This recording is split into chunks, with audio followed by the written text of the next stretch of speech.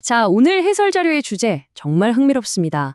가장 전통적인 신앙 공동체, 그러니까 교회가 전혀 예상치 못한 세 가지 최첨단 기술을 통해 어떻게 미래를 준비할 수 있는지 그 구조적인 비전을 파헤쳐 볼 건데요. 흔히 종교랑 첨단 기술은 완전히 물과 기름 같다고들 생각하시잖아요. 그런데 오늘 자료를 함께 보시면 이 둘이 어떻게 완벽한 시너지를 낼 수 있는지 아주 놀라운 통찰을 얻으실 수 있을 겁니다. 바로 들어가 보죠. 사실 역사를 짚어보면 복음이 가진 그 본질적인 핵심 메시지는 단 한 번도 변한 적이 없습니다. 하지만 그 메시지를 세상에 전하는 도구는 시대마다 그야말로 혁신적으로 진화해왔죠. 로마 시대에는 그 엄청난 인프라인 로마의 길을 통해 퍼져나갔고, 종교개혁 때는 인쇄술이 그 바통을 이어받았습니다. 또 현대에 들어서는 방송과 인터넷이 세상을 연결했잖아요. 그렇다면 21세기 지금 우리 앞에는 어떤 길이 열려 있을까요? 이 자료에서는 바로 AI, 그리고 주식과 코인으로 대표되는 웹 3.0 기술이 그 새로운 길이라고 강조합니다. 여기서 당연히 이런 의문이 드실 겁니다. 아니, 인공지능이나 암호화폐처럼 지극히 세속적이고 어떻게 보면 차갑게 느껴지는 현대 기술들이 어떻게 그 오래된 종교적 가치 훼손 없이 어울릴 수 있다는 거지? 아주 핵심을 찌르는 질문이죠. 겉보기엔 그저 자본주의의 정점 같아 보이는 이 개념들이 사실은 잃어버렸던 공동체의 본질을 다시 살려내는 엄청난 도구가 될 수 있다고 하거든요. 그래서 오늘 우리가 살펴볼 흐름은 이렇습니다. 변하지 않는 복음을 바탕으로 첫 번째 기둥인 AI부터 두 번째 주식, 세 번째 코인, 그리고 미래교회의 모습까지 차례대로 빠르게 짚어보겠습니다. 자, 그럼 첫 번째 기둥입니다. 바로 지식의 민주화를 이끌어낼 AI, 인공지능이죠. 원본 자료를 보면 이 AI를 무려 21세기의 디지털 서기관이라고 부릅니다. 예전에는 어땠나요? 깊이 있는 신학 지식을 얻으려면 신학교라는 높은 벽을 넘어야만 했죠.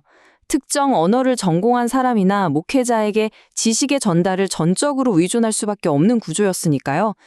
하지만 지금은 완전히 달라졌습니다. 인공지능 덕분에 이제는 평신도 누구나 성경의 원어나 역사, 복잡한 신학적 맥락까지 단 몇 초 만에 접근해서 깊이 연구할 수 있는 시대가 열린 겁니다.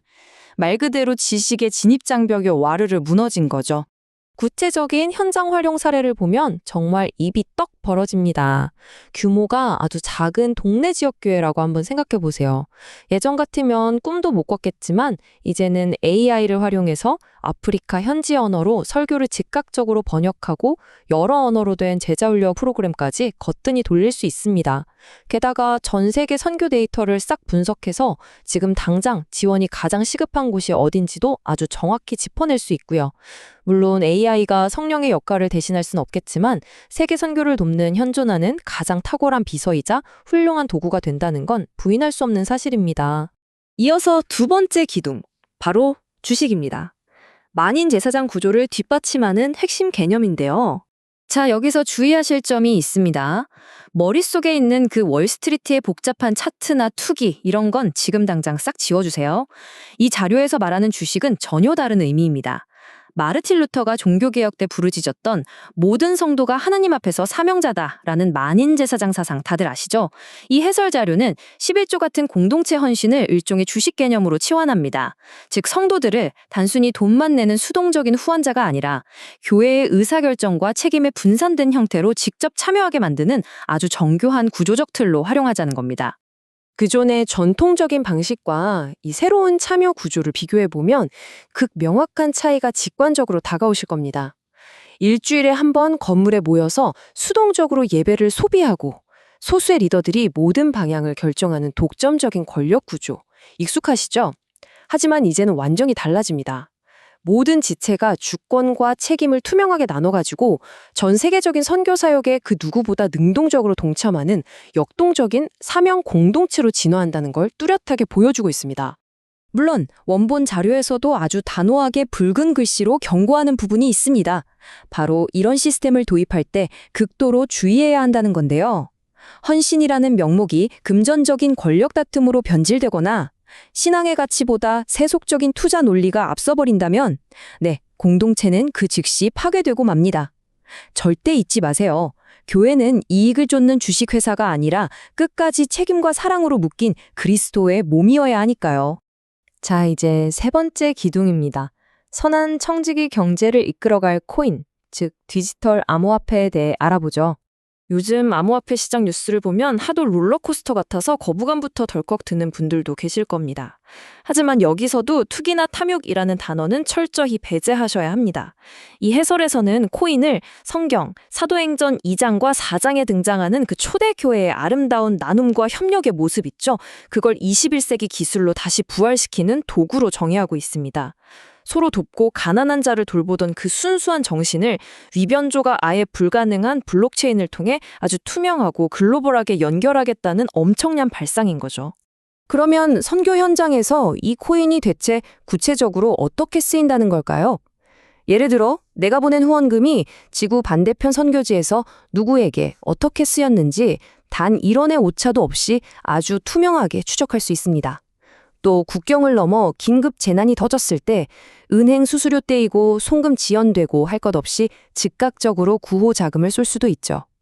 코인이 단순한 디지털 화폐가 아니라 투명한 신뢰를 바탕으로 한 글로벌 공동체 경제를 팍팍 돌게 하는 핏줄 역할을 하게 되는 겁니다. 여기서 다시 한번 절대 타협할 수 없는 중요한 원칙을 짚고 넘어가야겠습니다. 디지털 코인은 아주 철저하게 청지기의 도구로만 머물러야 합니다. 만약 이 기술이 공동체 안에서 조금이라도 탐욕을 부추기거나 돈놀이 수단으로 전락해버리면 어떻게 될까요? 사랑, 거룩, 정의, 신앙이 지켜야 할 이 가장 핵심적인 가치들은 그 순간 먼지처럼 증발해버릴 겁니다. 그럼 이쯤에서 우리의 시선을 넓혀서 통합된 비전을 한번 살펴볼까요? 21세기의 교회입니다. 지금까지 살펴본 이 세 가지 도구가 얼마나 기가 막히게 맞물려 돌아가는지 한번 보세요. AI는 막힌 지식의 벽을 뚫어 세계 보구마를 돕고 주식 형태의 구조는 모두의 참여를 이끌어내 만인 제사장을 실현하며 코인은 국경 없는 공동체 경제를 묶어 청지기의 임무를 완성합니다. 그리고 이 완벽해 보이는 시스템의 정중앙에는 결코 흔들리거나 변하지 않는 단 하나의 핵심, 바로 예수 그리스도의 복음이 단단히 중심을 잡고 있습니다. 이런 구조가 완전히 자리 잡게 되면 21세기 공동체는 더 이상 크고 화려한 물리적 건물을 유지하는데 에너지를 쏟을 필요가 없어집니다. 아주 작은 공간만 있어도 충분하거든요. 대신 이들은 디지털이라는 바다에서 거대하고 투명하게 연결된 글로벌 네트워크를 구축합니다. 매일 AI를 통해 언어 장벽 없이 성경을 연구하고 전 세계와 실시간으로 소통하며 모든 멤버가 스스로 사역자가 되는 그야말로 완전히 새로운 형태의 교육 중심 유기체 조직으로 다시 태어나는 겁니다. 오늘 이 해설을 서서히 마무리해 가면서 원본 자료가 우리에게 던지는 아주 묵직한 경고 하나를 가슴에 새겨야 하겠습니다. 도구가 우상이 되면 교회는 세속화된다. 여러분, 기술은 정말이지 너무나도 매력적이고 훌륭한 종입니다. 하지만 그게 주인이 되는 순간 가장 끔찍한 재앙이 되기도 하죠. 아무리 첨단 시스템이나 기술이라 해도 그것이 복음의 본질 자체를 밀어내고 스스로 우상의 자리에 앉아버린다면 그것은 공동체의 역사상 가장 치명적인 실패로 기록될 겁니다. 세상이 변하는 속도가 정말 무서울 정도로 빠르죠? 기술은 앞으로도 우리가 상상하는 것 이상으로 끊임없이 진화할 겁니다. 그래서 마지막으로 이 해설을 함께하고 계신 여러분께 묻고 싶습니다. 여러분이 속한 그 소중한 공동체는 고유한 본질과 영혼을 잃어버리지 않으면서도 어떻게 이 강력한 내일의 도구들을 활용해 어제의 영원한 진리를 세상에 전하시겠습니까? 그 아슬아슬하지만 가슴 뛰는 균형점을 찾아내는 것, 그것이야말로 이 21세기를 살아가는 우리 모두에게 주어진 가장 흥미롭고 위대한 과제가 아닐까요? 오늘 해설은 여기까지입니다. 함께해 주셔서 감사합니다.